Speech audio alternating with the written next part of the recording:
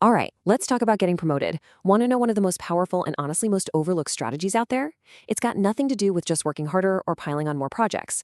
It's actually all about training the person who's going to take your place. Sounds a bit weird, right? Stick with me. I mean, it sounds like a great problem to have, doesn't it?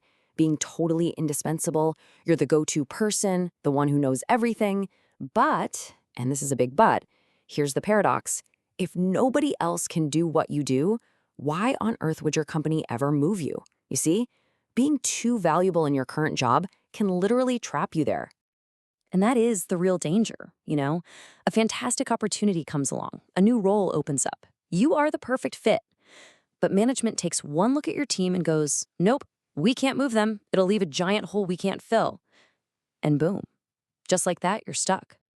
Now, look, this isn't just some clever idea I cooked up. This advice comes directly from a professional development guide, which calls it an essential but unglamorous task for mapping out your career.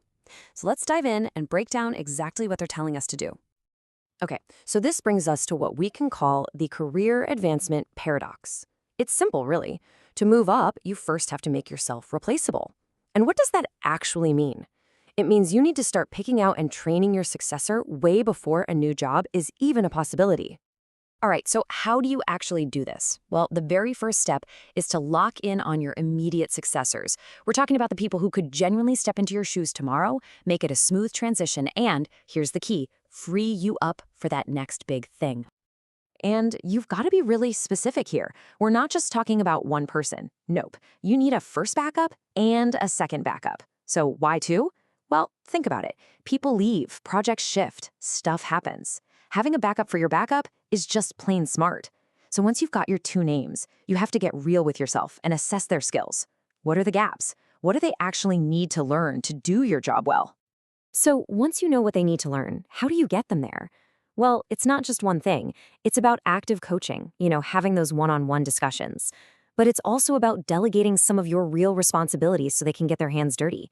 You can give them temporary assignments to stretch their abilities. And all the while, you're there to observe and give feedback. The whole point is to create a specific, concrete development plan to get them ready for prime time. But okay, let's zoom out for a second. This isn't just about finding your own replacement. If you want to be truly strategic, you need to look past your own team and start scouting for the company's future talent pool as a whole. And it's really important to understand the difference here. Your backups, they're for your specific job, and they need to be ready now or pretty soon. The talent pool is different. That's your high potential people, the up-and-comers who could be anywhere in the company. When you help develop them, you're not just helping your own career, you're making a long-term investment in the entire organization. Okay, and this all leads up to the most strategic piece of this whole puzzle, building a real long-range plan. This is where you go from just tactically finding your replacement to becoming a true visionary leader who's actually building the company's future. So what is a long-range plan? It's basically a dedicated strategy to groom that young, high-potential talent for the really big jobs down the road. We're talking about those key positions, the ones that need that general manager kind of skill set. This is about seeing potential and playing the long game, nurturing it over years, not just a few months. Okay, so we've spent all this time talking about developing other people. But here's the best part. This is the real kicker. The source guide has this final, brilliant twist. All of this work you're doing to create a succession plan for others, well, it's secretly the blueprint for your own development. Yep, you heard that right. Think about it. As you're figuring out all the skills your successor needs to learn, you should be doing the exact same analysis for the role that you want to have next. What knowledge gaps do you have? What skills do you need for that promotion? The very act of training someone else forces you to get crystal clear on what's next for you. So, I'm going to leave you with this one question. It completely reframes this whole thing, doesn't it? It's not a chore, it's a strategy. You're not trying to work yourself out of a job, you're developing your way into a brand new one.